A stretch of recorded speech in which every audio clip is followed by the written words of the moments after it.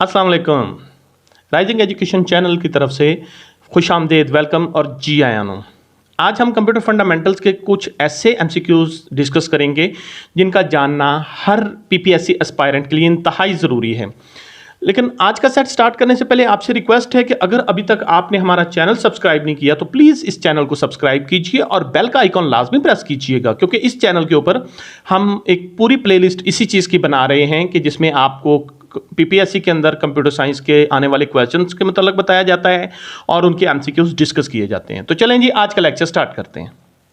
सबसे पहले, raw facts and figures about any object is called data, information, processing या none of this and it's data.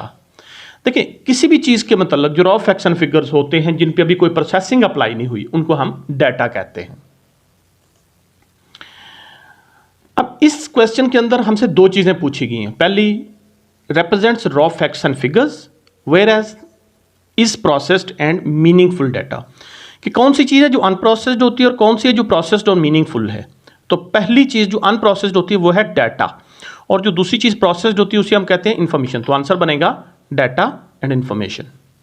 The processed and organised form of data, जैसा कि हमने अभी discuss किया कि प्रोसेस्ड और ऑर्गेनाइज्ड फॉर्म ऑफ डाटा क्या कहलाती है, that is information. The main function of computer is, एक कंप्यूटर का मेन काम क्या होता है? इंफॉर्मेशन को स्टोर करना या उसको डाटा को इंफॉर्मेशन में कन्वर्ट करना, डाटा को डिस्प्ले करना या इंफॉर्मेशन से डाटा क्रिएट करना। तो भाई कंप्यूटर का मेन फंक्शन होता है डाटा को इंफॉर्मेशन में कन्वर्ट करना। Input, processing, output and storage are collectively known as.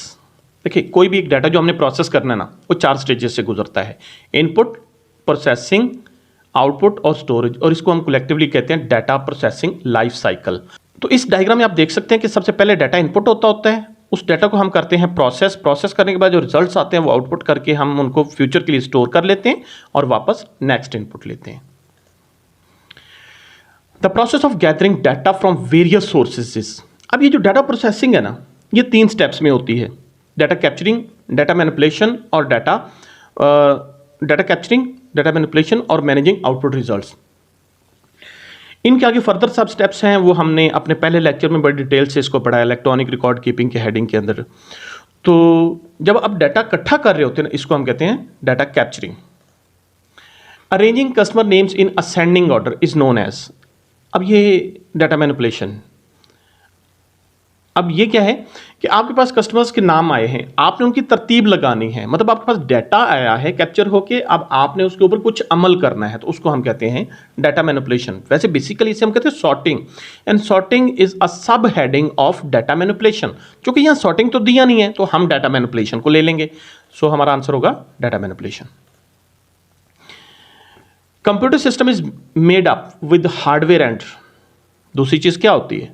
एक कंप्यूटर सिस्टम 2 चीजों से मिलकर बनता है, हार्डवेयर और software. The physical components of computer are called hardware. हर वो चीज जिसको हम छू सकते हैं, देख सकते हैं, इसके लिए एक लफ्ज यूज किया जाता है tangible. So the tangible components of computer are called hardware. The set of instructions given to computer to solve a particular problem is called. हदायत का वो मजमूआ जो हम अपने कंप्यूटर को देते हैं उसे हम सॉफ्टवेयर कहते हैं, और उसे प्रोग्राम भी कहा जाता है। और पीपीएससी के एक पेपर में ये दोनों ऑप्शंस अवेलेबल थी, सॉफ्टवेयर भी और प्रोग्राम भी। तो नीचे एक ऑप्शन दी हुई थी बोथ ए एंड बी।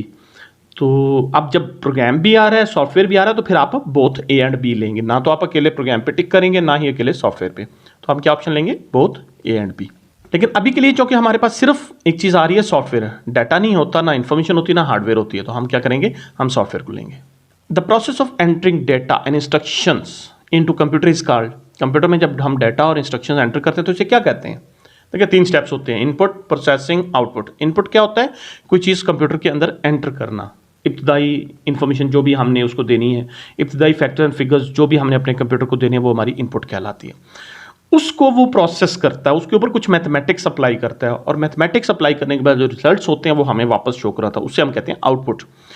तो अभी चूंकि हम डेटा और इंस्ट्रक्शंस एंटर कर रहे हैं, तो इसको हम कहेंगे इनपुट। अब इनपुट के लिए कुछ डिवाइसेस इस्तेमाल होती है, उनको हम इनपुट डिवाइसेस कहते हैं, जैसा keyboard, mouse, barcode reader, pointing devices आ जाती हैं, सोर्स डेटा एंट्री डिवाइसेस आ जाती हैं, माइक्रोफोन आ जाता है। लेकिन इनमें सबसे ज़्यादा इस्तेमाल होने वाली डिवाइस कौन सी है, and that is keyboard. Keyboard her computer के साथ लाजमी इस्तेमाल होता है, ये आप स्क्रीन पे देख भी सकते हैं कि ये चीज़ हर कंप्यूटर के साथ होती है। जबकि बारकोड रीडर सिर्फ स्पेशल एनवायरनमेंट में इस्तेमाल होता है जहाँ पे हमने बारकोड्स रीड करने होते हैं। प्रिंटर वैसे ही आउटपुट डिवाइस और स्पीकर भी आउटपुट डिवाइस है। Which of the following is the most common device that accepts letters, numbers and commands from a user? तो यूज़र ने अपना जो भी टेक्सचुअल डाटा एंटर देना होता है, लेटर्स और नंबर्स एंटर करने होते हैं, ये सारे के सारे कीबोर्ड के थ्रू होते हैं। माउस सिर्फ क्लिक्स करके पॉइंट करके इंस्ट्रक्शंस एंटर कर सकता है, लेकिन ये कैरेक्टर्स और नंबर्स के साथ काम नहीं कर सकता। बारकोड रीडर जो होता है ये बारकोड्स को, यूनिवर्सल प्रोडक्ट्स कोड को रीड करने के लिए होता है। Touch screen, What type of keyboard is used in phones and ATMs? अब आपको भी पता है कि फोन्स के ऊपर भी न्यूमेरिक कीपैड होता है और ATMs के अंदर भी कुछ इस तरह का एक न्यूमेरिक कीपैड इस्तेमाल हो रहा होता है जिसमें सिर्फ नंबर्स होते हैं और इन नंबर्स की मदद से उसने इनपुट देनी होती है। Which device use infrared signals to operate or control other devices remotely? मतलब समझ आ रहा है। ऑप्टिकल माउस जो होता है ये वायर के जरिए सिस्टम के साथ कनेक्टेड होता है। इसका जो तरीक़ाकार है वो ये है कि नीचे लेज़र बीम्स इस्तेमाल हो रही होती हैं। न्यूमेरिक कीबोर्ड है तो वो तो कीबोर्ड है ना, उसका तो रिमोटली कोई ताल्लुक ही नहीं है।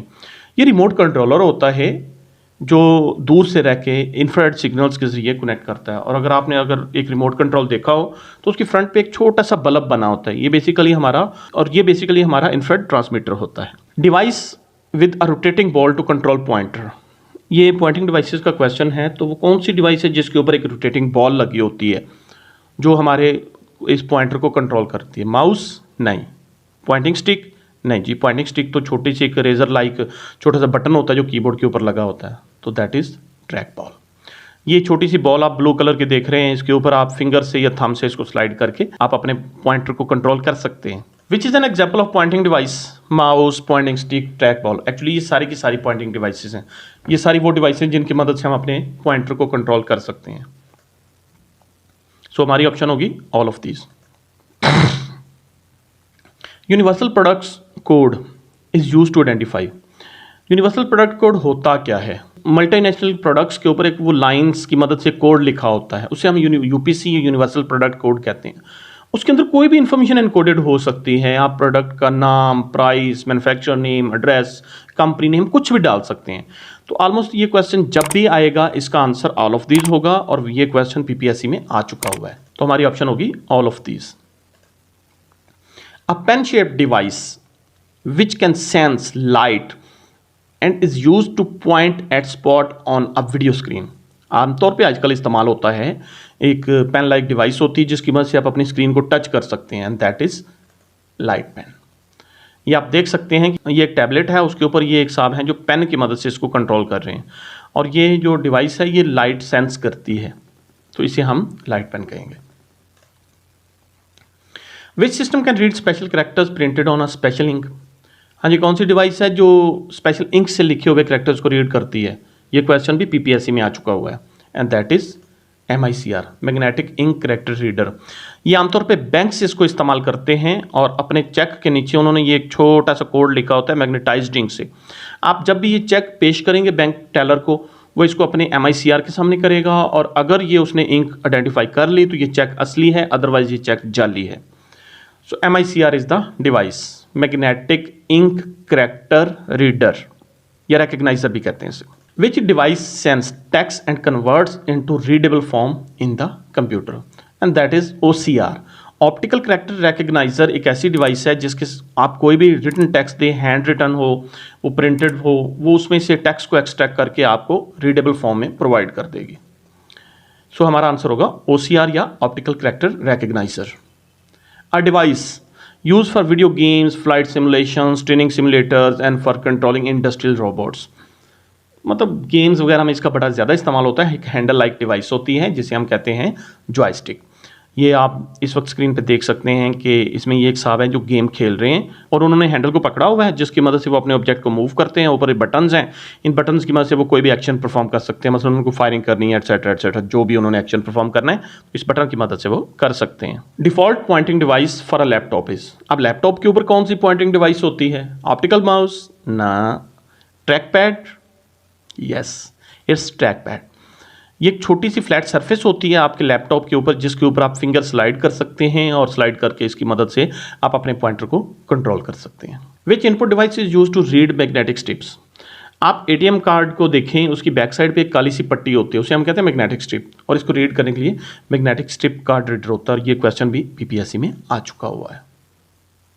तो आप ये देखें कि एक मैग्नेटिक स्ट्रिप कार्ड रीडर है जिसके अंदर एटीएम कार्ड डाला गया है और इसकी मैग्नेटिक स्ट्रिप को रीड करके ये कंप्यूटर को कुछ कमांड देगा। जी, तो कैसा लगा आपको पहला सेट? उम्मीद है पसंद आया होगा। अगर ये वीडियो आपको पसंद आई है तो प्लीज़ इस चैनल को सब्सक्राइब कीजिए, बेल का आइकॉन लाजमी प्रेस कीजिएगा और वीडियो लाइक करके अपनी राय का इजहार कीजिए। और अगर कोई प्रॉब्लम है, कोई चीज़ नहीं समझ में आई तो आप कमेंट बॉक्स में कमेंट कीजिए, इंशाल्लाह मैं आपको इन पर्सन जवाब दूंगा। और इसके अलावा डिस्क्रिप्शन में मेरा व्हाट्सअप लिंक भी मौजूद है, आप मुझसे डायरेक्टली भी बात कर सकते हैं। तो जल्दी मिलते हैं इंशाल्लाह नेक्स्ट सेट के साथ, तब तक के लिए अल्लाह हाफिज़।